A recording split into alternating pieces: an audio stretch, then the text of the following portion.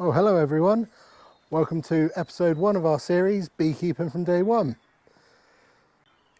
So, whether you're a new beekeeper or someone just curious, wanting to learn a little bit more about bees and what's involved in keeping bees, then you're in the right place. In this series, we're going to be exploring everything you need to know if you want to start out on beekeeping. Maybe you're someone just curious, maybe you're someone starting out. Either way, we got tips for you. So this season, we're going to be following through a nucleus colony from day one.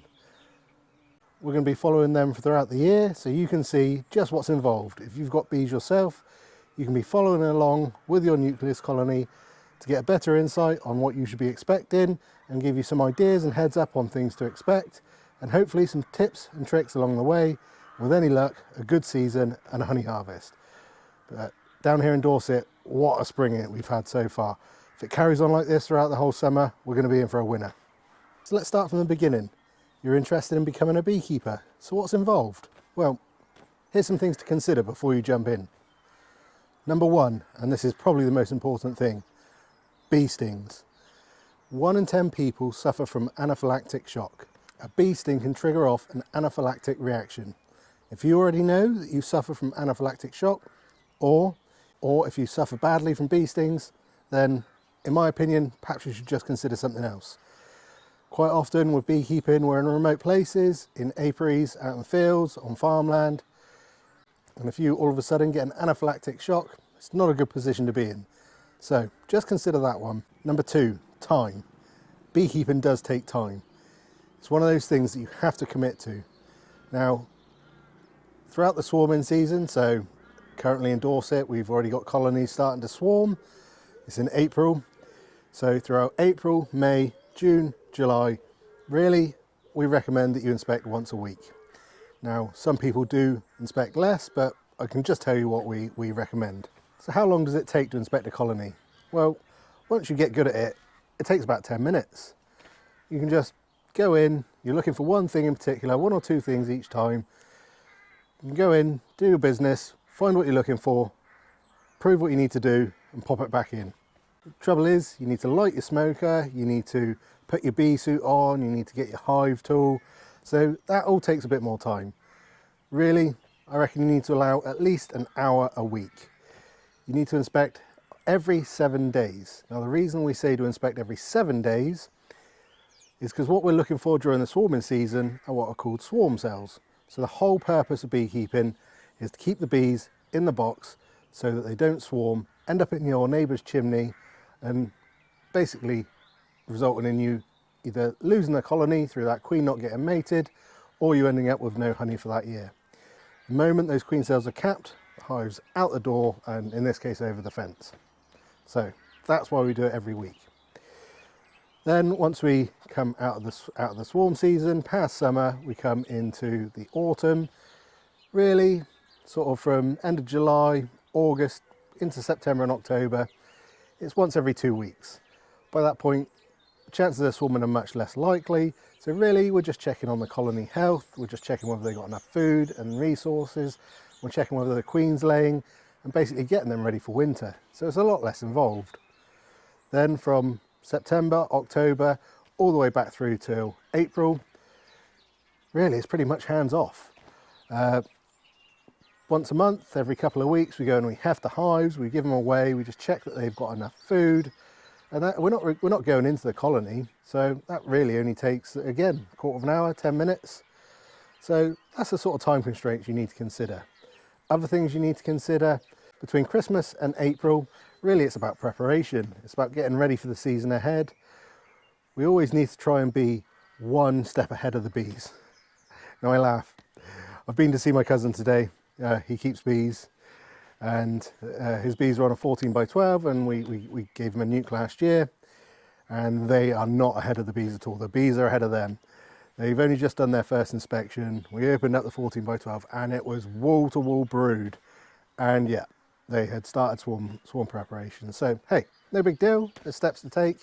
So I said to him, right, where's your kit, where's your boxes, let's get the frames out, we'll build another hive, we'll make a split. They hadn't got the box together, they hadn't built the frames, they weren't ready. So all of a sudden they're scrabbling around, they're trying to get the kit together to prevent that colony from swarming. Throughout the winter, there's stuff you need to do. You need to clean your equipment, you need to plan for the year. So consider those things as well. And then of course, there's honey extraction. Honey extraction takes time. If you're lucky enough to get honey, then you've got to harvest the honey, you've got to bring the supers in, you've got to put the frames in the extractor. Of course, you've got to clean everything before you do that.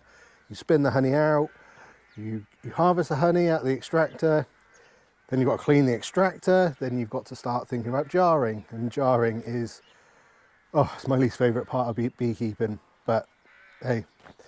So that also takes time. So other things to consider. Number 3 on the list, location. Where are you going to keep the bees?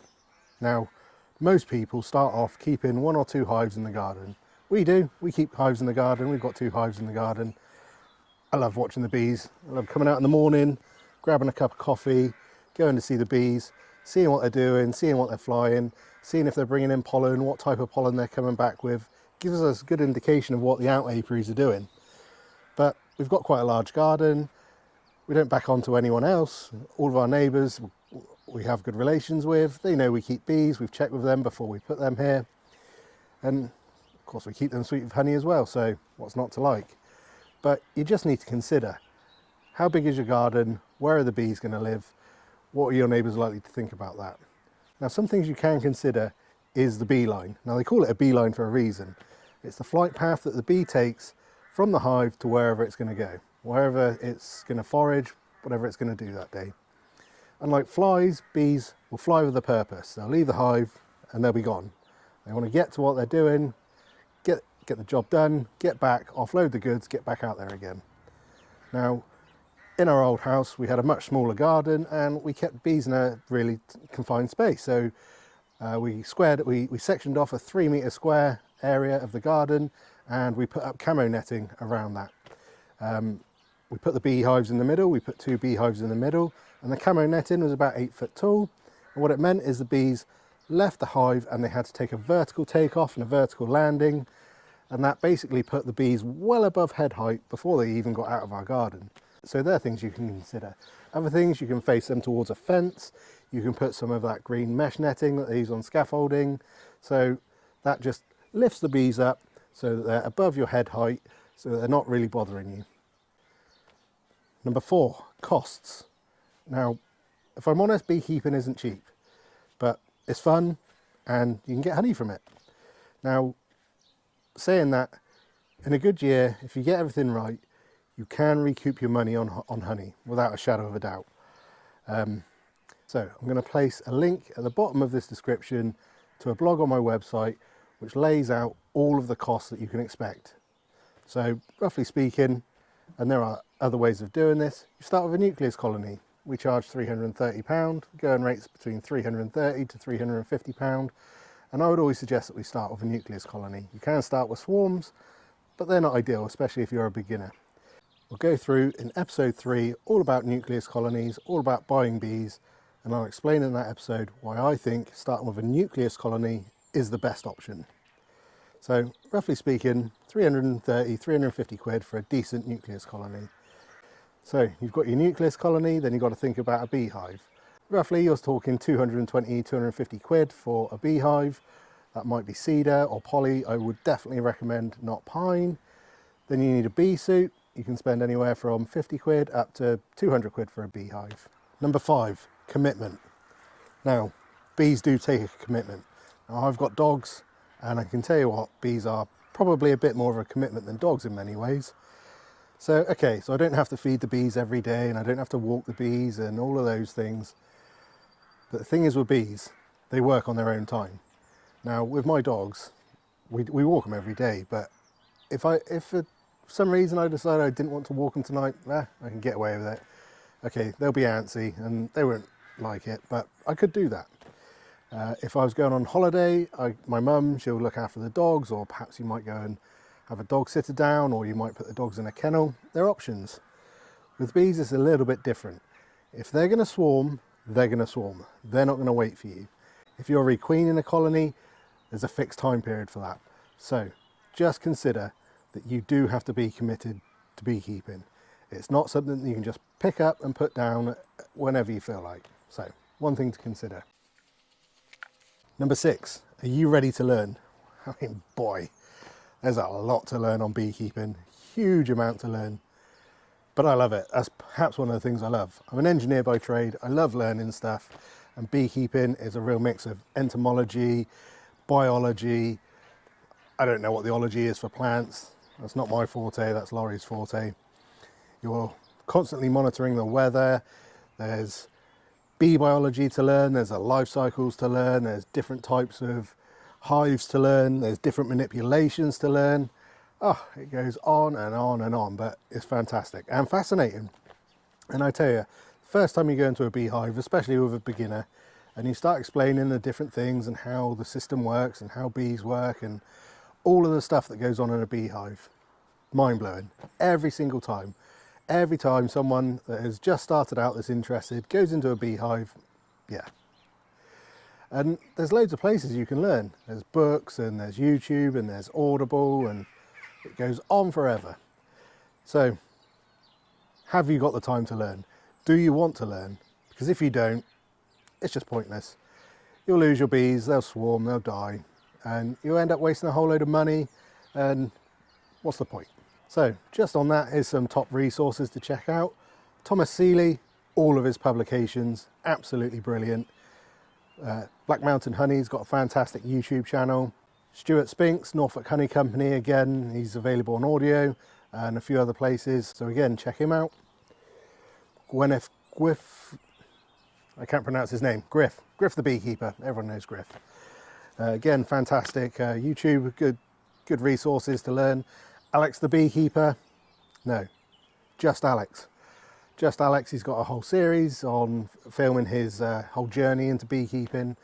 Again, that's available on YouTube. Books to read, the Haynes Manual to Beekeeping, that's a really good one to start off with. All of Thomas Seeley's work available in books or audiobooks. Now, Thomas Seeley has done a huge amount of research into bees, and it's absolutely fascinating. He's unpicked how the bee society works. To a certain degree, there's still loads we don't know. But yeah, I think Thomas Seeley was Honeybee Democracy, and there was a couple of others, so check him out. The Idiot's Guide to Beekeeping, again, books or audiobooks, whatever you choose. That's another good place to start. And of course us. If you're one of our customers, then you've always got access to us. We're available to answer questions or to troubleshoot. Just give us a bell. Number 7. So what are you going to do with the honey? Bees can make a lot of honey, especially if you're lucky. So just consider, what are you going to do with it? Where are you going to keep it? Who's going to take it? Are you going to sell it? Are you going to give it away? You do have to extract the honey. If you don't extract the honey, then you've just made the brood nest a lot smaller, and that will trigger swarming. So if you don't like honey, maybe consider something else. Number 8. Are you comfortable with insects?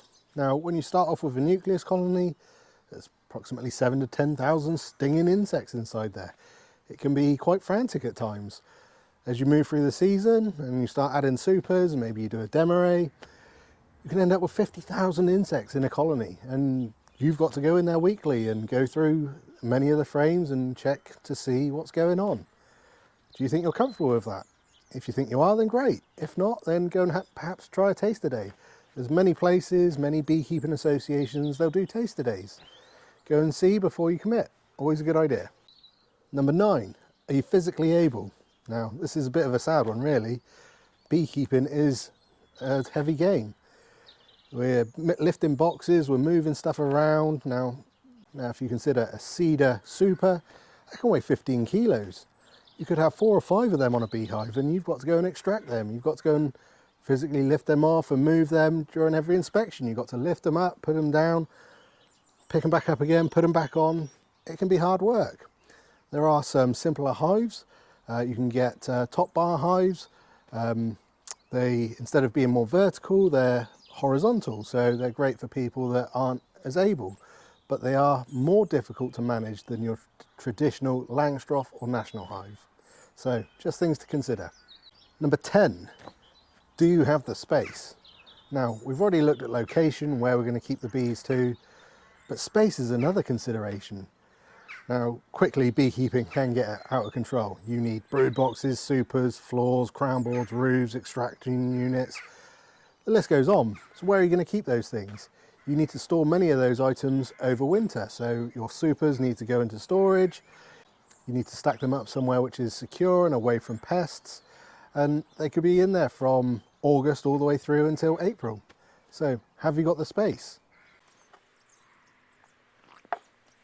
But there's one more, one final one, number 11. Are you adaptable? Oh, adaptability and beekeeping goes hand in hand. Now I'm someone, I love a plan, absolutely love a plan. But your plan is not the bees' plans. The amount of times you've gone to a beehive and you're thinking, yep, I know what I'm going to expect. I did this manipulation and I'm going to expect the bees to have done X, Y, and Z. And you open it up and the bees are gone, nah, mate. Now, we're not doing that. We're doing something different. And you need to be adaptable. You need to think fast. You need to come up with a new plan. You need to troubleshoot. Beekeeping is troubleshooting. Oh, yeah. The bees know best. We're just managing them. But sometimes we need to manage them for our own purposes. So adaptability is key. So there you go, 11 different things to consider before you start beekeeping. There's plenty more, I'm sure, but there you go, there's my top 11 things to consider. It feels like a lot, and it is a lot, but you need to consider those things before you start the process. Because once you start the process, once you get bees in the garden, you're committed, and there's no turning back. And if you're like me, once you start down that rabbit hole, there's no knowing when or where you're going to come out. If you want to follow through an entire colony throughout the year and understand a whole lot more about what goes into beekeeping, hit the like, hit the subscribe, and we'll catch up with you on episode number 2. Catch you later.